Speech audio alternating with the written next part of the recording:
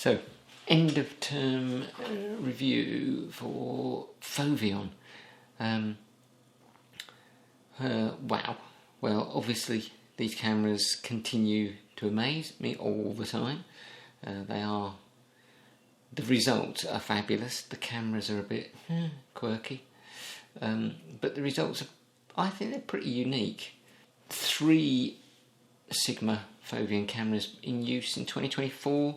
The DP1 that I've had for a very long time and is flaky. It doesn't always work well.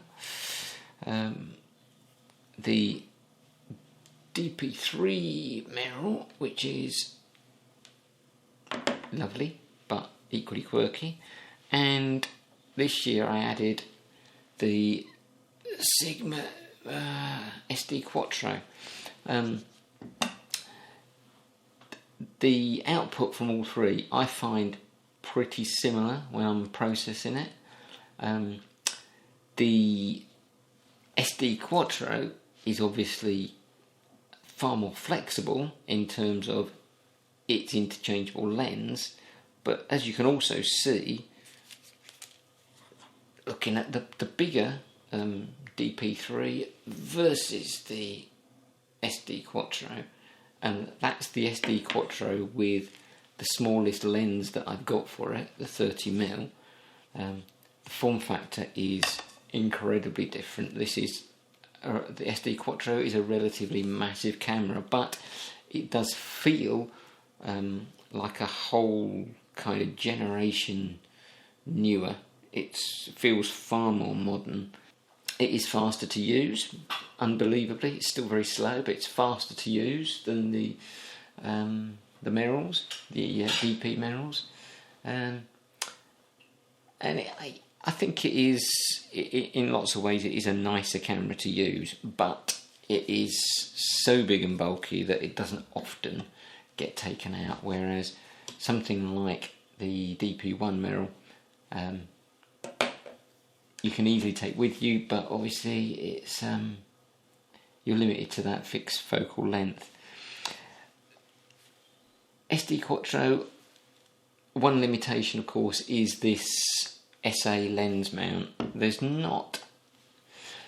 are lenses out there, but you need to be patient when you're looking for them, so they do crop up, but the lens choice is probably a little bit on the limited side. However, all 3 cameras worked pretty much as expected. Output great. See what you think of these top 10. First image, DP1 Merrill. Typical of the type of output from this camera. Great colours. Just a slightly interesting scene with the rainbow. Quite pleased with it. DP1 Merrill again. This time Western Supermare. The light was great, and I think this sensor just makes the most of that. Not my usual kind of subject matter for the DP1 Merrill. This one in Guildford Town Centre, I think it's just made by the reflection of that person. They're probably walking behind me, but they're reflected in a mirror or in the glass. DP3 Merrill, Western Supermare again. Actually, for me, it kind of looks as I'd expect some sort of an Italian coastal scene. The buildings are all they're fairly haphazard in architecture. Clouds, I think, are brilliant, and the person walking their dog on the beach just kind of finishes it off nicely. No shortage of people walking dogs on the beach at Western Supermare, apparently. If you wait long enough, one would always turn up. And I don't think I was specifically waiting for this person. It's just a general shot of the pier. Again, the clouds, and you can just see the rays of the sun coming through there. It's well balanced, I think. DP3 Merrill again. Western Supermare again. Sunlight on the sea again. SD Quattro, the lake at Winkworth Arboretum, and I think this is fairly kind of what I would say is typical subject matter for this camera, because the colours are just right for me, and the amount of detail that's captured is phenomenal. It was bluebell time while we were at Winkworth Arboretum, and you can see the bands from across this hillside. I thought it was... the reason I picked this one was because it is a little bit unusual, that extreme slant. You often get bluebells in the woods, but not usually on the hillside, or at least I've not seen them in places where it's been really hilly like this and not had an opportunity to capture them. So I think that works quite nicely. SD Quattro again.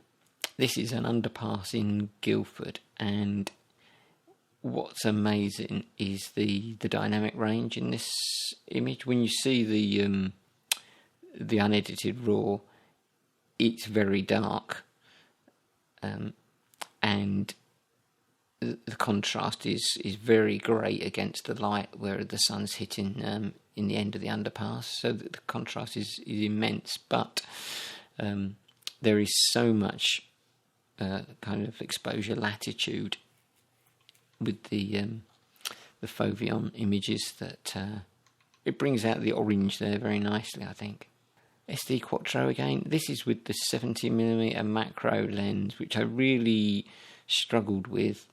It's obviously on the floor in the woods locally at Arford Common, and the real struggle was just trying to hold the camera steady. So I kind of knelt down and had the camera on my knee. I should have had a tripod. Trying to handhold it was immensely difficult to get a sharp image, but that macro lens it needs a bit more practice, but I think it'll be really good. Really difficult to narrow that down just to 10 images, to be honest. Could have had twice that many at least. So many good images from these cameras, I think. No changes planned to this lineup for 2025.